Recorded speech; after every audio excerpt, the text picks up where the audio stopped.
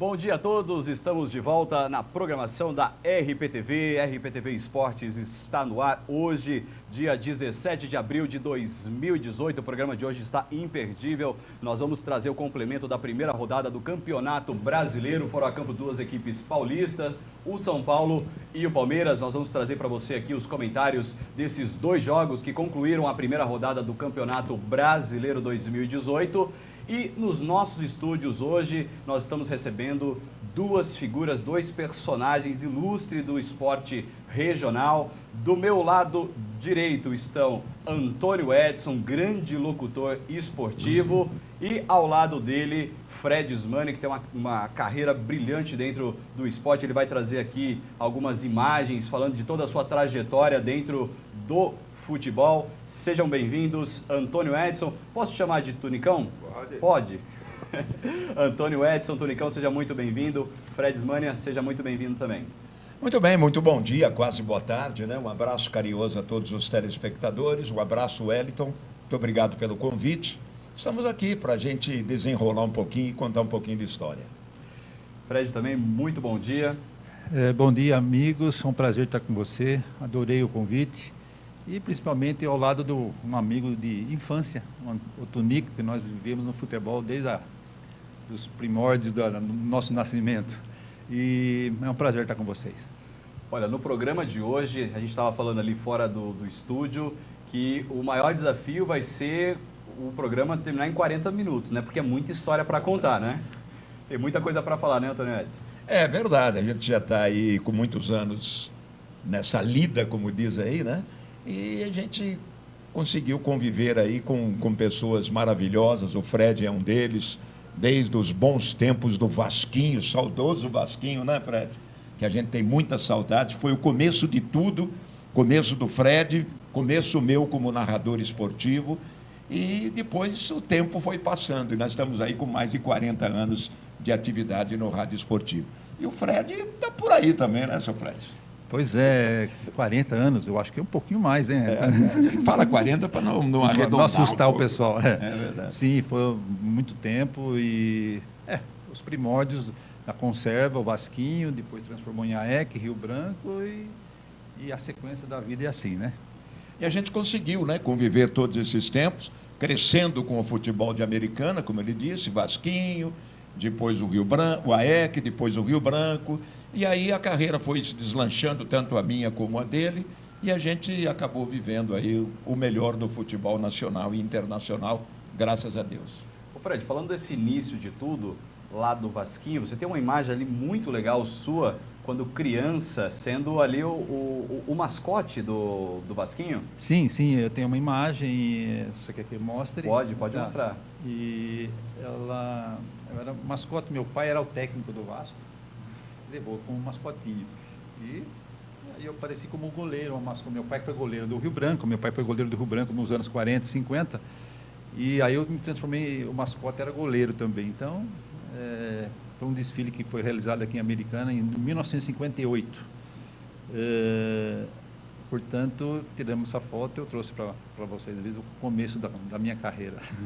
Bacana. E esse tempo do Vasquinho, os mais jovens que estão vendo o programa, o Vasquinho era um time amador da cidade, né, ao lado de tantos outros, e que acabou galgando uma oportunidade de disputar a terceira divisão, conseguiu aí com muita luta, muito sacrifício. Era um time do bairro da Conserva, que é um bairro ali próximo à Vila Galo, fica ali na rua Anhanguera, um bairro antigo, um dos pioneiros de Americana, né?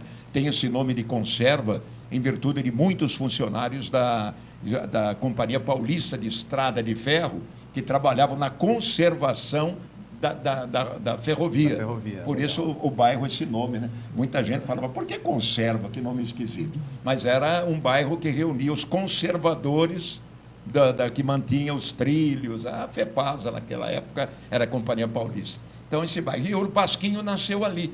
Então era um time bastante familiar. A gente ajudou, inclusive, a construir aquele estádio, trabalhando plantar sábado, grama, domingo, plantando grama. Então, por isso que eu disse no começo que a gente tem muita saudade desse Vasquinho. Foi o começo de tudo, inclusive do Rio Branco. muita história aqui hoje nos nossos estúdios. Antônio Edson e o Fred trazendo aí o início de tudo, de como se desenvolveu o esporte aqui na nossa cidade. Você estava comentando, Fred, primeiro dessa foto que você tirou quando criança, o seu pai goleiro, e como que se desenrolou a sua carreira dentro do Vasquinho. Depois eu vou passar a bola para o Antônio Edson, que vai falar como que desenrolou a carreira dele através do Vasquinho, mas agora como locutor esportivo. Queria que você fizesse esse... Pois é, e a partir daí, convivendo, gostando de futebol, aí comecei a jogar de moleque no Vasquinho, entre os meninos. Depois, eu com 17 anos, já estava inscrito nesse campeonato que o Antônio Edson falou, que é da terceira divisão do Campeonato Paulista. E eu era atacante, um atacante e goleador, né, Tony? Mais ou menos, mais ou menos. Ficou muita bola na trave. Pois é, então eu era atacante, mas o Nenê, que a turma, o apelido dele era Manga Rosa, o Nenê Manga Rosa, ele era o titular do time e o reserva o Zé Aparecido. E o Nenê foi transferido para o Paulista de Jundiaí, porque o Paulista estava precisando de um goleiro que levava. E não tinha mais ninguém, só tinha o Zé Aparecido e precisava de um goleiro reserva. Precisava de um goleiro reserva e aí, bom, quem? É o Fred. O pai dele foi goleiro e tal, ele tem qualidade, grandão, sabe, tem agilidade. Bom, pelei. Aí fui inscrito, né? Eu estava inscrito, já comecei como goleiro também. Então, segui a carreira como goleiro e fiquei campeão da segunda divisão, da terceira divisão, que era a atual segunda, né? Pelo Vasco. Bacana. Você era o atacante, goleador... E voltei para o gol. E voltou para o gol. Para ajudar. Inclusive, acho que o Antônio Edson foi nas duas partidas finais, uma em Araraquara, foi 3-3 contra o S de Itápolis, e nós fomos beneficiados pelo empate, porque nós tínhamos uma melhor campanha. Aí a final foi contra o Paraguaçuense em Bauru, no campo do Noroeste. Ganhamos de 2-0. Tonico, seja sincero. Fred Ismânia era melhor fazendo os gols ou impedindo os gols? Eu acho que como goleiro ele foi um destaque maior. Não foi, Fred? Como goleiro? Eu me virava bem. Como goleiro foi melhor. Ele chutava muita bola na trave. Muita bola na trave. Perdia pênalti também. Mas a história dele, você vê, é meio parecida com a minha. Porque eu também não era nem reserva. Porque eu trabalhava na Rádio Clube de Americana, que hoje é a Rádio Você, e fazia programa sertanejo, de manhã, das 5 às 7 da manhã. E quem era o narrador da rádio era o J. Júnior, nosso querido irmão J. Júnior, né? E aí ele foi convidado a trabalhar no rádio de Campinas. E aí, quem vai assumir o lugar? Aí o Geraldo Pinhanelli, que era o gerente da rádio, falou: Antônio Edson, eu sei que é bastante criativo aí no seu programa, eu vou ter que lançar você como narrador. Falei: nossa, eu nunca fiz isso, né? Mas vamos lá, não sei como é que saiu, mas comecei e dei sorte. Aí é que nasceu a minha profissão, porque com essa ascensão do Vasquinho, sendo finalista e sendo campeão da terceira divisão, houve um interesse das emissoras de fora, o pessoal de Limeira, Piracicaba, Campinas, a ouvir a Rádio Clube para saber se o Vasquinho realmente ia ser campeão. E eu estava narrando ali, era o comecinho da minha carreira. E o meu jeito de narrar agradou, que quando terminou o campeonato, que fizemos a festa, nós também participamos em cima de caminhão, para comemorar essa festa, Limeira me convidou para ser narrador de uma rádio lá, da Rádio Educadora de Limeira. E aí foi que eu comecei, Educadora de Limeira, Jornal de Limeira, aí foi Brasil de Campinas, Educadora de Campinas, e em 1980 eu fui convidado para trabalhar na Rádio Globo. Então, eu dei sorte, né? Porque se não fosse o Vasquinho, não fosse campeão, talvez eu não tivesse sido acompanhado de perto por proprietários, donos de rádio de outras cidades.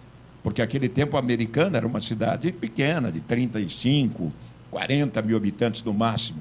E Limeira, trabalhar em Limeira era como se fosse trabalhar em São Paulo. Então, foi um grande passo, saindo de Americana, indo para Limeira, depois para Campinas. Então, foi um começo mais ou menos parecido, né, Fred? Pois é, mas eu discordo de uma coisa de vocês, falou assim que foi sorte. Não, foi competência. né? Você teve competência para subir, entendeu? Porque eu agarrei com unhas e exatamente, dentes. não foi sorte que o Vasquinho ficou campeão, você foi competente também. Pois é, são as nossas histórias, né? E até eu tenho uma imagem aqui, quando eu tinha 17 anos, quando nós ficamos campeões. E aí... Vamos mostrar aí a imagem? Esse aqui é o dia nós recebemos a faixa de campeão. Eu tinha 17 anos aqui, eu estou aqui. O da ponta, né?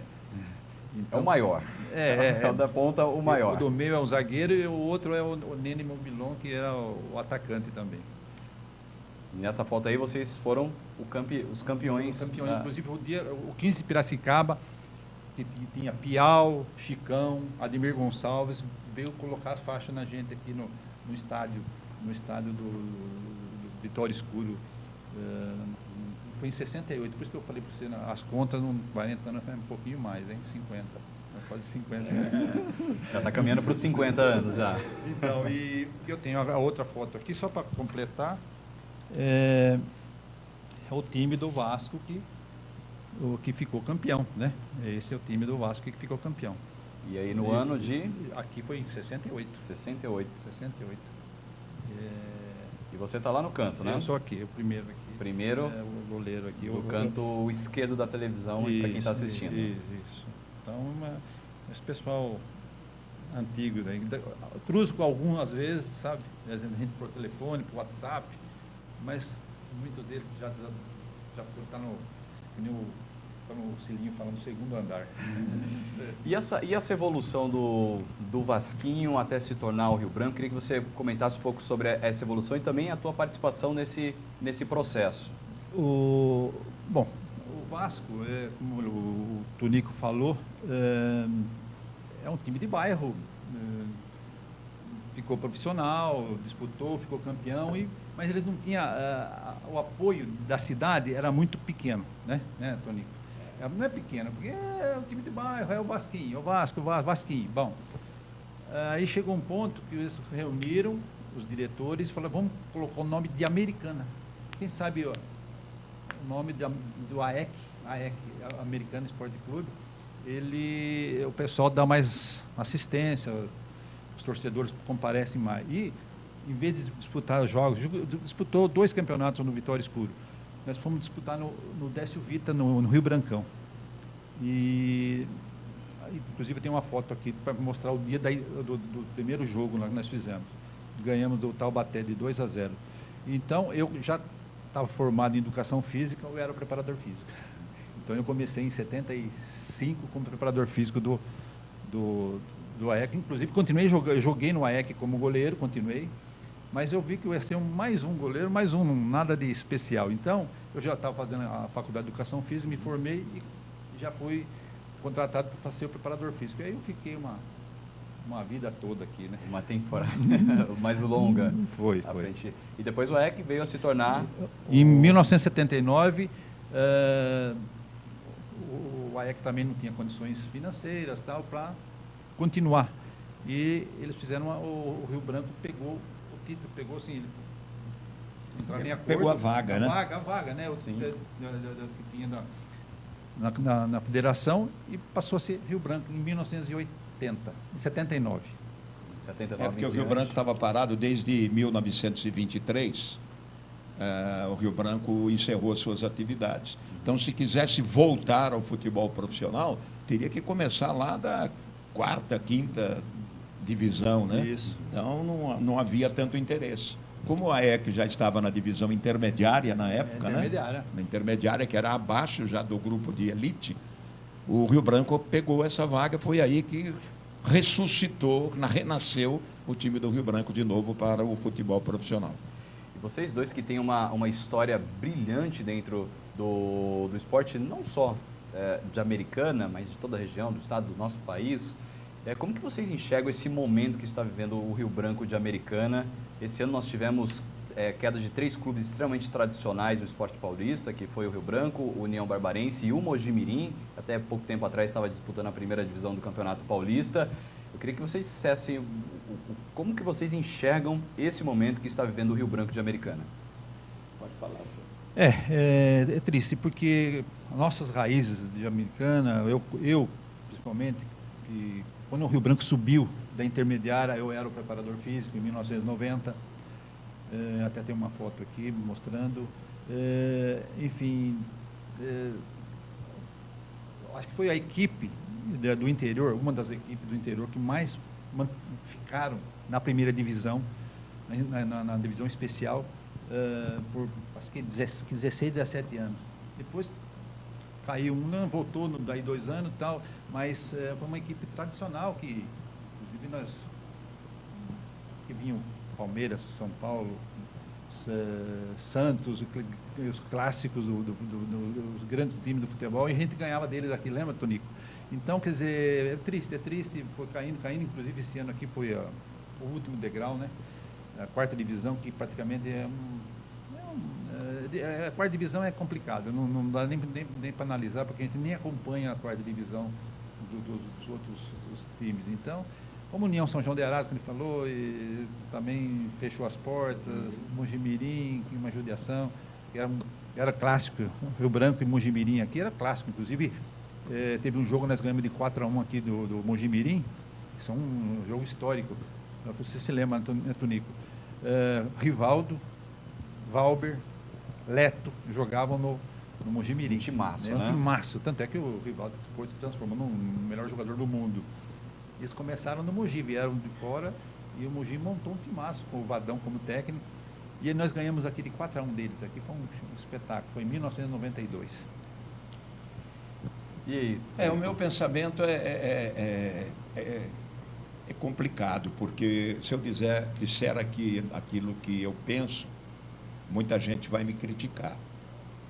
Porque eu, como rio-branquense, eu defendi a bandeira de Americana e de Rio Branco. E, inclusive, as perguntas eram frequentes. E o seu Rio Branco, como é que vai? Que coisa e tal. E a gente que viajou esse Brasil inteiro, aonde a gente chegava, até mesmo no hotel, a hora que você preenchia o cadastro para entrar no hotel e escrevia o nome de Americana, olha, muitas vezes, poxa, você é de Americana? Nossa, e o Rio Branco? Então, por quê? Pelo time, pelo plantel, pelos jogadores revelados, que são tantos, a lista realmente é enorme de jogadores que chegaram até a seleção brasileira. Então, o Rio Branco tem uma história muito linda, muito bonita, muito valorizada. E para chegar nessa situação, então, o meu pensamento, eu sei que muita gente vai criticar, mas o meu pensamento é o seguinte: eu daria um tempo. Eu pararia com o futebol profissional hoje para resguardar aquilo que o Rio Branco conquistou na sua história. E porque agora está sendo jogado na lama, né? Jogado na lama, ninguém agora 4ª divisão. Então eu daria um tempo. Eu sei que muita gente é contra esse pensamento, mas eu, já que você perguntou, eu daria um tempo. Vamos respirar, vamos ver. Quem sabe um dia, quando voltar, todo mundo volta. Porque enquanto não houver apoio da própria Federação Paulista de Futebol, Rio Branco, Barbarense, Mojimirim, União de Araras, não vai voltar nunca mais. Não vai voltar nunca mais. Não tem apoio, não há interesse, porque a federação e as emissoras de televisão, as grandes emissoras que bancam o futebol, não têm interesse nenhum com as equipes interioranas, porque o que eles querem realmente é clássicos. Isso aí é que dá dinheiro, que dá audiência. Então, eu pararia, eu daria um tempo. Vamos descansar um pouquinho, quem sabe o futuro pode trazer a gente de volta. Fred, você também concorda com essa visão do Antônio Edson, que talvez a melhor opção para a equipe do Rio Branco, e também pegando um gancho, o União Barbarense, agora que ambas já estão na 4ª divisão do Campeonato Paulista, a melhor opção é ficar um tempo parado, reestruturar, organizar melhor, rever alguns pontos para depois, quem sabe, voltar e tentar buscar, enfim, subir dentro das divisões do Campeonato Paulista? Pode ser, mas como o campeonato da 4ª divisão, me parece, vai começar só daqui a 10 meses. Então, nesse período que antecede o campeonato, eles vão trabalhar com a base e eles podem arrumar uma parceria, quem sabe, alguém que ajude, sei lá. até esse reinício, que talvez dê para se organizar até o reinício do próximo ano. Então, não sei, é complicado, é só estando lá dentro para saber o que está acontecendo, detalhes, tem muitas dívidas, eu sei que tem, a manutenção do estádio do Décio Vita era da prefeitura, voltou a ser do Rio Branco, é muito caro, né? Muito A caro, estrutura, tudo, né? Enfim, é complicado. O Tonico tem a visão e é uma visão interessante. Agora, falta um ano ainda para o primeiro jogo do campeonato da 4ª divisão. Quem sabe até lá, nesse período aqui, desse intersafo aqui, agora, essa parada, dê para se ajeitar. Eu vejo aí o trabalho de alguns abnegados, de algumas pessoas, inclusive empresários, que se dedicam de corpo e alma para tentar levantar o time do Rio Branco. Mas a gente observando, em volta, não tem apoio de quase ninguém. É de meia dúzia, nem isso às vezes, que estão aí trabalhando, tentando reerguer o time do Rio Branco. Eu parabenizo essas pessoas. Estou vendo que realmente eles querem realmente manter, mas está difícil. Enquanto a federação, enquanto as autoridades esportivas não valorizarem novamente o futebol do interior, eu acho que é ficar malhando em ferro frio. Não vai conseguir. E como disse, parceria, eu ouço falar em parceria, vai mais quanto, 10, 15 anos falando em parceria, e não aparece. Aparece interesseiros. Então, se for para entregar na mão de interesseiros, de empresários que visam o lucro para eles e não estão nem aí com o nome da agremiação, da instituição, não vai adiantar em nada. Veja aí, por exemplo, o Oeste de Itápolis, que desde aquele tempo do AEC está na atividade, fez boas campanhas, subiu para a divisão principal. Hoje está aí abandonado. Outro dia eu transmiti o Oeste e Guarani. O Guarani, o Oeste, é da cidade de Barueri. E aí o Oeste conseguiu voltar à divisão principal do futebol de São Paulo, mas representando Barueri.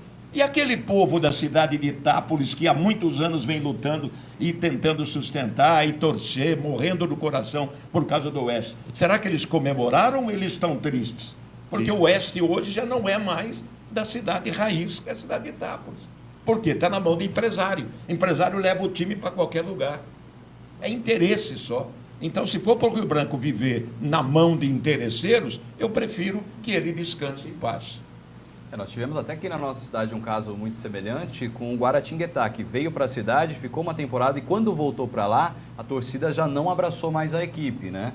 E aí a sequência do Guaratinguetá foi a queda nas divisões nacionais, da Série B para a Série C e por sequência, e também no Campeonato Paulista, né? Porque realmente a realidade foi essa. Quando eles voltaram para Guaratinguetá, a torcida não abraçou mais, né? Porque virou palhaçada, né? Virou palhaçada. Perdeu identidade com a cidade. Perdeu identidade.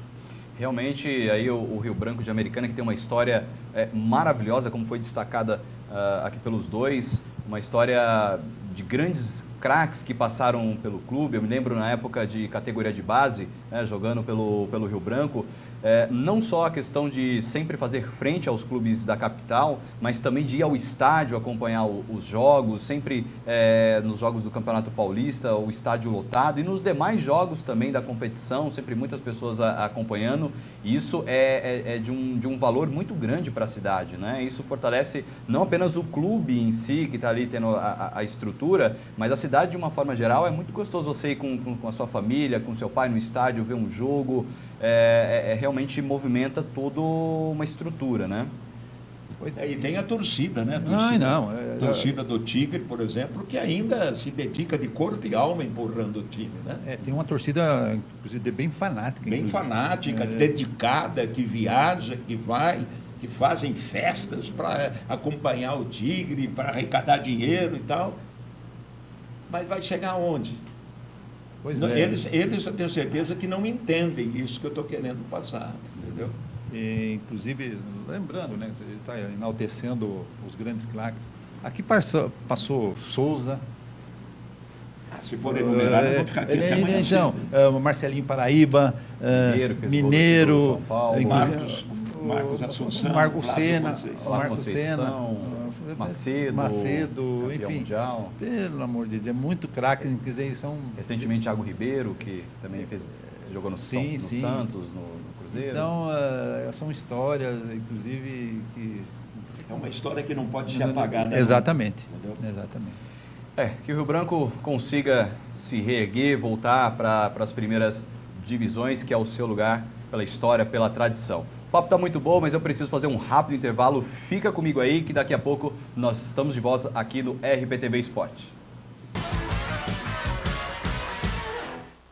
O seu amiguinho de estimação agora vai ficar feliz da vida. Com um centro de estética especialmente e com todo o carinho só para os cuidados dele. Gabi Pet Shop, banho e tosa, é tudo o que ele precisa para ficar feliz e muito bem cuidado. Agende um horário, 19 982 91 6431. Venha conhecer, Rua do Ósmio, 975, Loja 36. Seu melhor amigo merece ser muito bem tratado. Pet Shop da Gabi, logo ali no Vic Center, em Santa Bárbara do Oeste. Pesqueiro Feltrin, há mais de 5 anos com as melhores opções da nossa região. Almoço todos os dias, das 11 às 14 horas, inclusive nos feriados. E toda segunda, jantar com muita moda de viola. E a mais completa culinária caipira está aqui. Tá nervoso? Vem pescar. Tá tranquilo? Aqui é o seu lugar.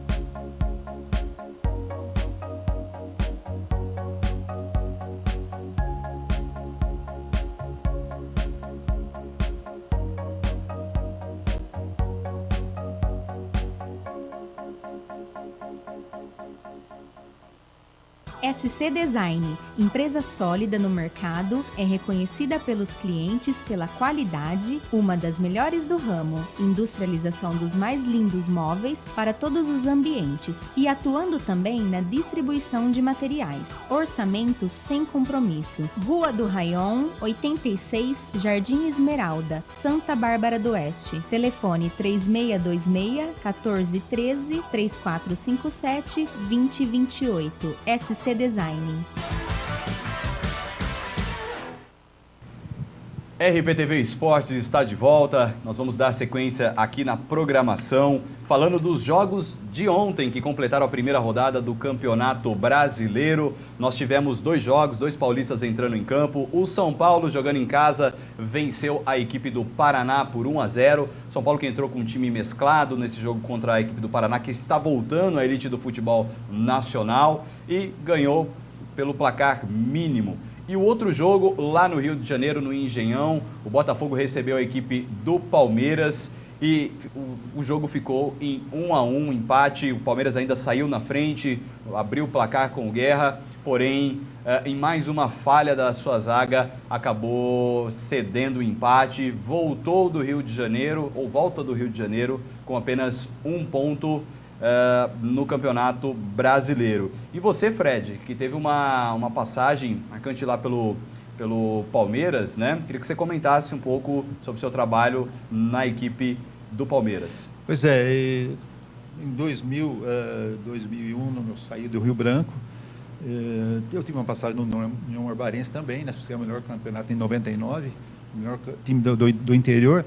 E aí, em 2000, voltei para o Rio Branco. Aí, em 2001, 2002, nós fomos para São Caetano, Pisserni, eu fui como auxiliar dele. Fomos vice-campeões da Libertadores. Então, disputamos aquela final histórica no Pacaembu. Nós ganhamos de 1-0 o do Ailton, lá no Defensor del Chaco, do Olímpia. E no jogo de volta, nós estávamos ganhando o primeiro tempo de 1-0, eles viraram no segundo tempo e nos pênaltis nós perdemos. E daí nós saímos do São Caetano, fomos para o Palmeiras em 2003, quando o Palmeiras tinha caído para a segunda divisão.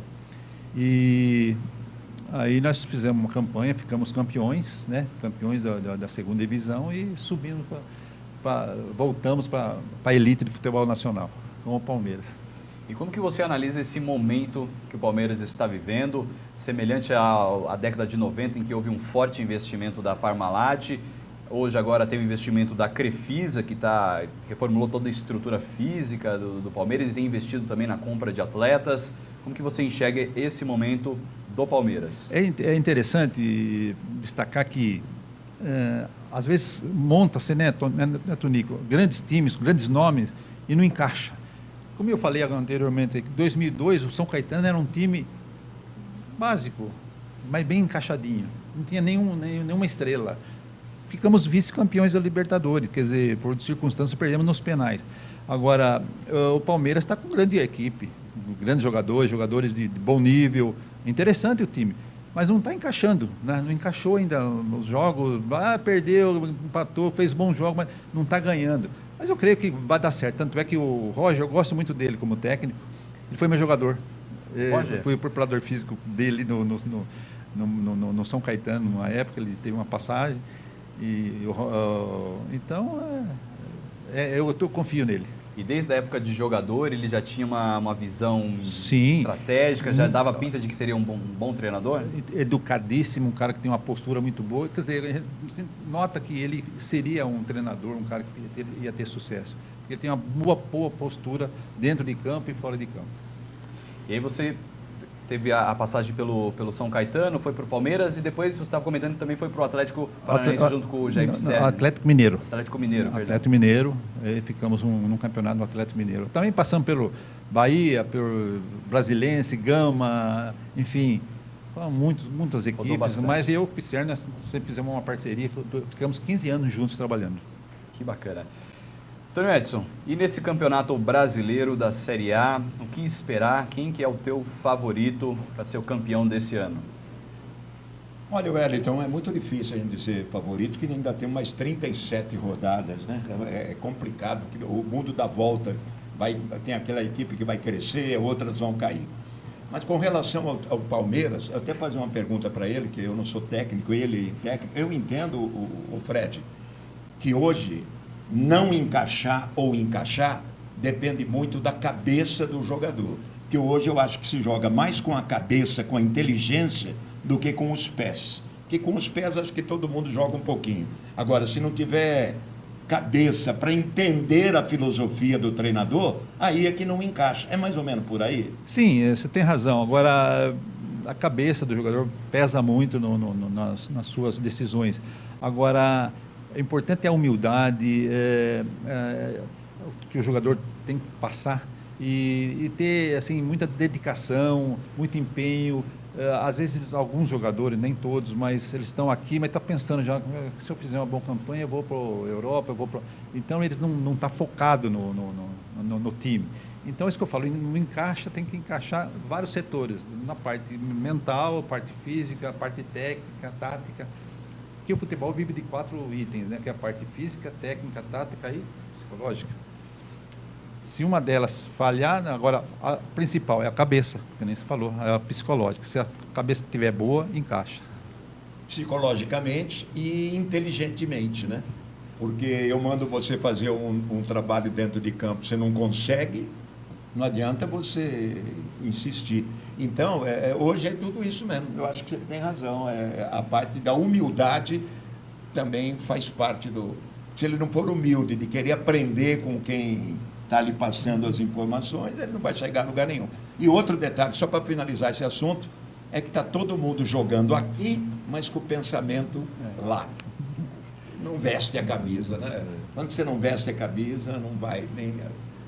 Aí não vai mesmo. E falando em lá, vamos atravessar o continente. Nós estamos há 58 dias para a Copa do Mundo na Rússia. E, Antônio Edson, primeira pergunta que eu quero te fazer.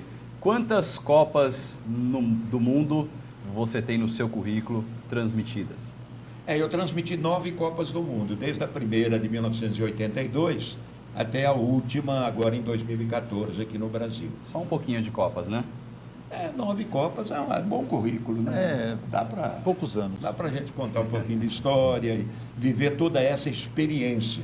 Então, um caipira que saiu do interior, que não conhecia nem São Paulo, ter esse privilégio de trabalhar em 9 Copas do Mundo, e inclusive passando à frente de outros profissionais da imprensa consagrados que não tiveram essa oportunidade. Porque às vezes ele estava trabalhando numa emissora que não foi cobrir a Copa do Mundo. E eu tive essa sorte, né, de trabalhar em emissoras, todas essas emissoras foram. Caso da Rádio Globo, eu fiz 2 copas pela Rádio Bandeirantes, uma copa pela Rádio Capital e o restante pela Rádio Transamérica. Então, eu sempre tive essa sorte, o caipirão que acabou vivenciando esse grande destaque do futebol mundial, que é uma Copa do Mundo, que é o maior evento esportivo que acontece. E como que é, Antonetti, esse ambiente de uma Copa do Mundo? Você que está ali entre os jogadores, entre a torcida, como que é o sentimento, a sensação no país? Queria que você explicasse melhor como que é esse período de Copa do Mundo. Do país sede, você está dizendo, ou de uma maneira geral? De uma forma geral, mas também do país sede. Como que a população, como que ela fica, como eles se comportam, tem alguma diferença? Os jogadores, como que eles ficam? Você consegue ali na beira do campo sentir? O país se transforma, né? Com exceção dos Estados Unidos, né? Que é totalmente diferente, pelo menos na Copa que eu cobri, lá na Copa dos Estados Unidos. A seleção norte-americana jogando e os caras não estão nem aí, né? E aí você pergunta, pô, você já viu o jogo? Não, eu não vi. Mas por quê? Você não gosta de futebol? Ah, futebol não tem graça, né? Aqui a gente gosta mesmo de basquete. E basquete tem emoção. O cara vai lá, faz uma cesta, o adversário vem, faz outra, vai para... Futebol, não sei como é que vocês aguentam. Vocês ficam aí 90 minutos, não sai um gol e vocês estão vendo ainda. Esse é o pensamento dos americanos naquela época que eu transmiti lá, em 94. Mas no restante, nossa, foi emocionante. Você compartilha com as pessoas. México, por exemplo, foi uma festa. Espanha, Itália, até mesmo no Japão, né? Coreia do Sul, que é um país que a gente tem assim como eles mais educados, mais...